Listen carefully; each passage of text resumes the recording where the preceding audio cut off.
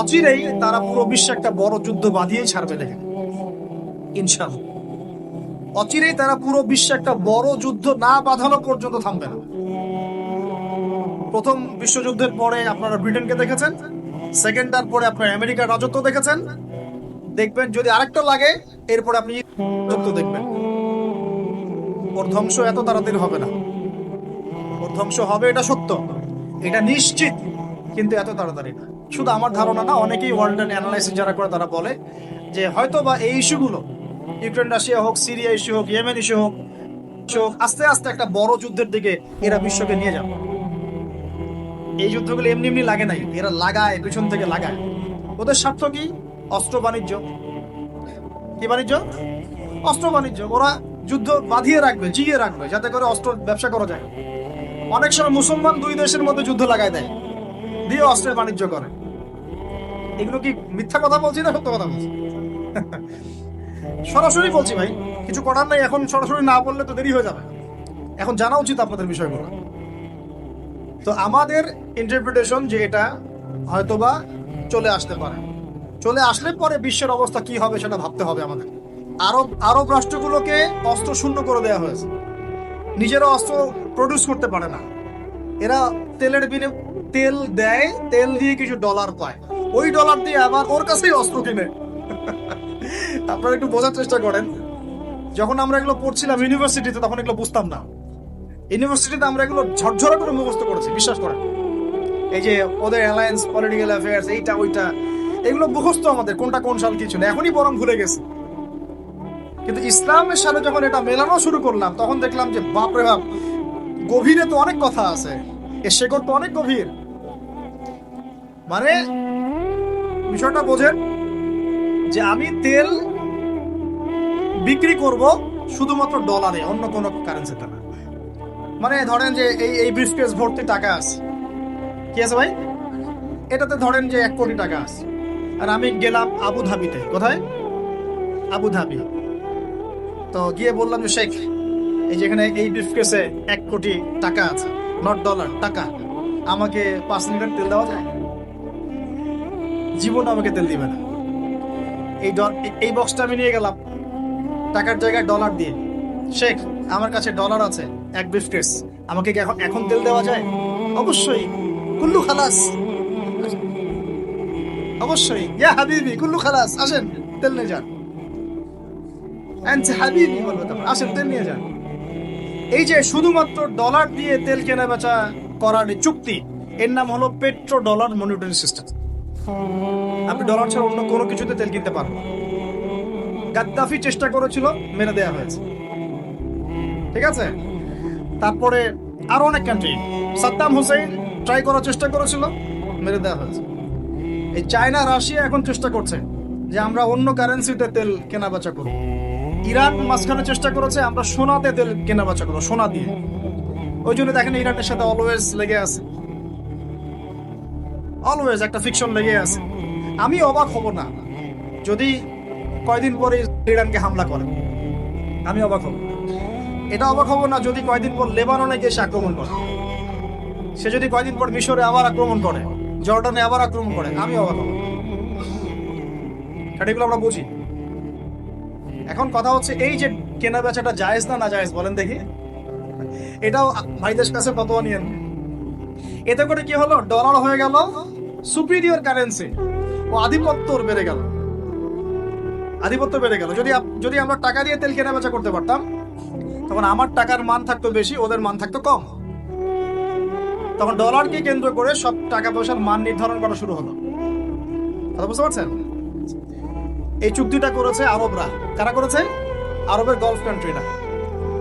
এর পিছনে একটা ঘটনা আছে। বাদশাহ ফয়সাল রাহিমাহুল্লাহ তিনি তেল বয়কট করেছিলেন, তারপরে হেনরি কিসিঞ্জার এসে এই চুক্তি করেছিল। এটা অনেক আগের কথা, এটা চতুর্থ যুদ্ধের কথা, 1973 সালের দিকের কথা। এখন এই তেলের উপর নিয়ন্ত্রণ তারা নিয়ে নিল ডলার দিয়ে। যেটা বলতে চাচ্ছি শুনুন, বুঝেন। আমি ডলার দিলাম আপনাকে। আপনার নাম কি ভাই? আপনার নাম কি? হ্যাঁ হ্যাঁ, সাকিব। সাকিব ভাইকে আমি ডলার দিলাম এক ব্রিফকেস, এবং তিনি তেলের মালিক মনে করেন। এখন ভাই আমাকে তেল দিলেন, তা আমি তেল মাশাআল্লাহ আমার দেশে নিয়ে গিয়ে বাংকার আছে, বাংকার, ওই বাংকারের নিচে তেল ঢুকে রিজার্ভ করে রেখে দিলাম, যাতে ভবিষ্যতে এটা কাজে লাগে। কারণ তেল ছাড়া তো বিশ্ব অচল। আপনি তেল ছাড়া এই বিশ্বে কিচ্ছু চালাতে পারবেন? কিচ্ছু চালাতে পারবেন, পুরোই অচল।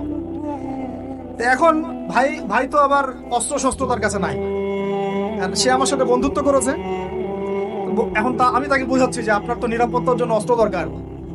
আপনার আশপাশে অনেক শত্রু আছে, ইরান আছে আপনার পাশে, যদি হামলা করে আপনার শত্রুরা তো অভাব নাই, তাহলে অস্ত্র কিনতে হবে না আপনার? ও বলছে হ্যাঁ কিনতে হবে। তো তাহলে অস্ত্র তো আপনি বানাতে পারেন না, সেই প্রযুক্তি আপনার নাই।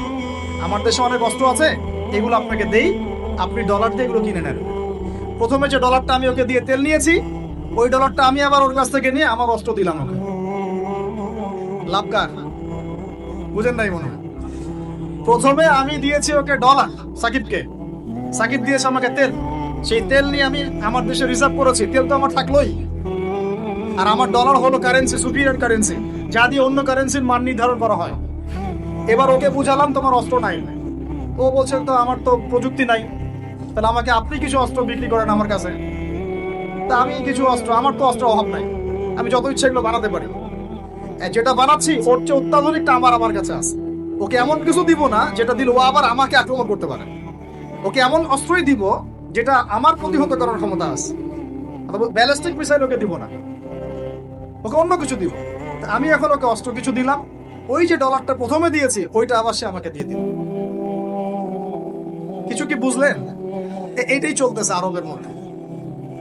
অথচ এই সার্কাসটা কিম জং উন অনেক বেশি বুঝেছে আগে। ও বলছে তোদের সাথে চলি না, আমি চায়নার সাথে চলবো, রাশিয়ার সাথে চলবো, আমি নিজে অস্ত্র বানাবো। দেখেন নাই কয়দিন আগে গোলগাপ্পু একটা মানুষ আসে আর বলে যে এই যে মিসাইল চালাচ্ছে, দেখেন নাই?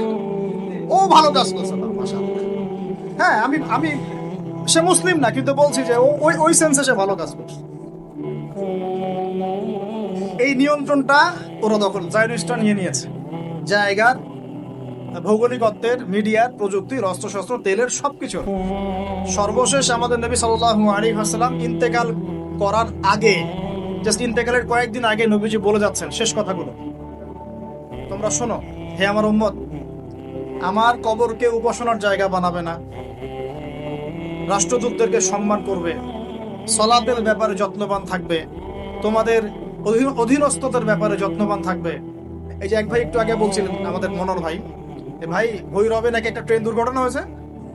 উনি বলছেন যে ভাই ওখানে একজন আলেমও ছিলেন, উনি গুরুতর আহত হয়েছেন এবং রক্তক্ষরণ হচ্ছে। উনি সাহায্যের জন্য পানি চাচ্ছেন, হেল্প চাচ্ছেন, মানুষ গিয়ে সেলফি উঠায়, মানুষের ছবি উঠাচ্ছে। এই হলো জেনারেশন ভাই। আমাদেরকে পাগল বানায় ফেলছে মোবাইলটা। আমরা মানসিকভাবে আর সুস্থ না। ফেসবুকিং, ইউটিউবিং, সোশ্যাল মিডিয়া অনেক ক্ষেত্রে আমাদেরকে অসামাজিক বানাইছে। সামাজিক মিডিয়া বলে না, সামাজিক যোগাযোগ মাধ্যম আমাদেরকে অসামাজিক বানায় ফেলছে। কিভাবে দেখবেন? বাসায় স্ত্রীকে নিয়ে শুয়ে আছে, পিকচার দিয়ে দিল। হ্যাঁ, বিয়ে করলো, পিকচার দিল। কি খাইলাম এইটা, কি পড়লাম এইটা, আজকে কাপড় ধুইলাম এইটা, বাথরুমে গেছি আজকে এইটা দিয়ে ব্রাশ করলাম। আর এটাতে এডিক্টেড মানুষের সাথে চলা খুব ডিফিকাল্ট। আমি আপনাকে সতর্ক করি, ফেসবুক, সামাজিক যোগাযোগ মাধ্যমে আসক্ত কোনো ব্যক্তির সাথে লেনদেন, মুআমালা, চলাফেরা থেকে সাবধান। কারণ কি জানেন? কোনো একদিন দেখবেন কোনো একটা কারণে আপনার সাথে একটা হয় না, মানুষের মধ্যে বাকবিতণ্ডা হতে পারে, ভুল বোঝাবুঝি হতে পারে। ও 1 মিনিট সময় অপচয় করবে না আপনাকে অনলাইনে এনে ধুয়ে রেখে দেবে। আপনি বলারও সুযোগ পাবেন না, ভাই আমি নির্দোষ, আমি কিছু করি নাই, তার আগে ভিডিও ভাইরাল।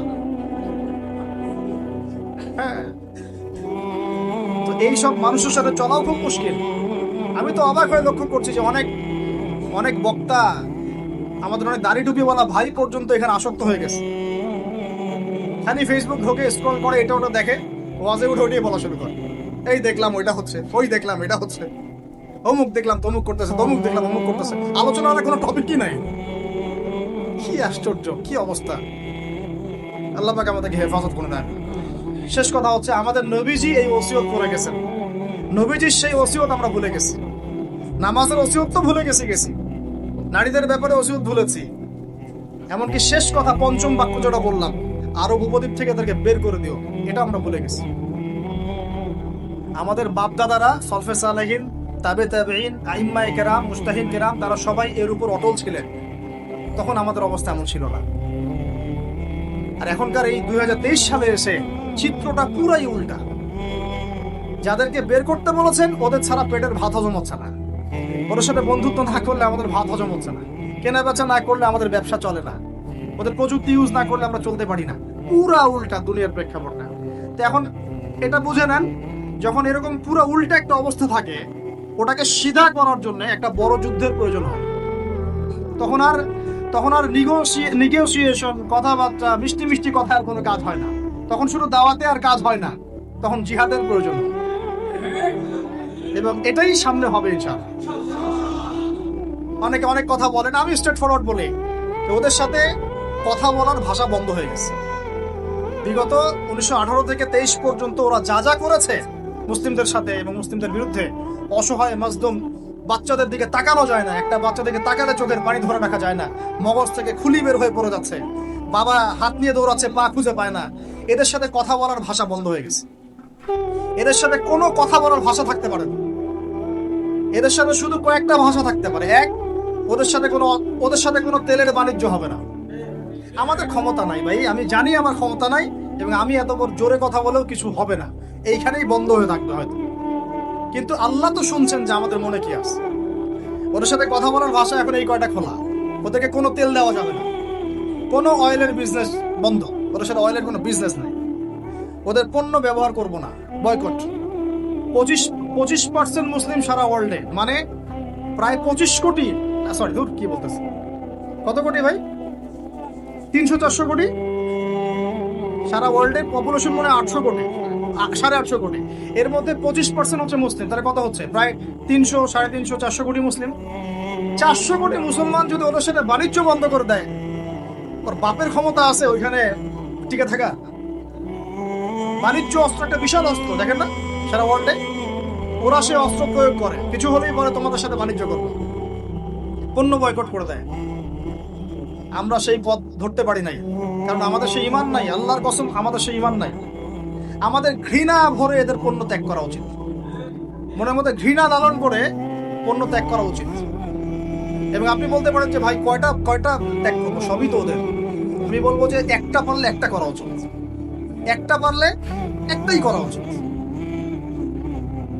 তেল বন্ধ করা উচিত, ওদের সাথে কোনো তেল দেওয়া হবে না, ওদের সাথে কোনো বাণিজ্য চলবে না। আমরা ওদের জন্য মন থেকে দোয়া করি, আল্লাহ পাক যেন তাদেরকে বিজয় দান করে, আল্লাহ পাক যেন তাদেরকে তার গায়েবী মদদ দান করে, আসমান থেকে আল্লাহ যেন ফেরেশতা পাঠায় সাহায্য করে। আল্লাহ পাক যেন আমাদের এই ছোট ছোট বাচ্চাদেরকে যে হত্যা করা হয়েছে, এই বাচ্চাদেরকে ইব্রাহিম আলাইহিস সালামের সাথে জান্নাতে অনন্ত সুখের জীবন দান করে। আল্লাহ পাক যেন প্রত্যেক জালেমের শেকড় আল্লাহ পাক উপরে ফেলে দেন। আর আমরা জানি ইনশাআল্লাহ অচিরেই মুসলিমদের এই টেবিলটা উল্টাবে। কিন্তু যদি আমরা আমাদের দায়িত্ব পালন না করি, ওই যে ভাই বললাম, নামাজ নাই, ইসলাম সংশোধন নাই, কোরআন নাই, হাদিস নাই, চর্চা নাই, কিছু নাই, চেতনা নাই, তখন শুধু এগুলো কথা বলাই হবে, কোনো কাজ হবে। আল্লাহ পাক আমাকে জানা অনুযায়ী, বলা অনুযায়ী আমল করার তৌফিক দান করুন, আপনাদের সবাইকে তৌফিক দান।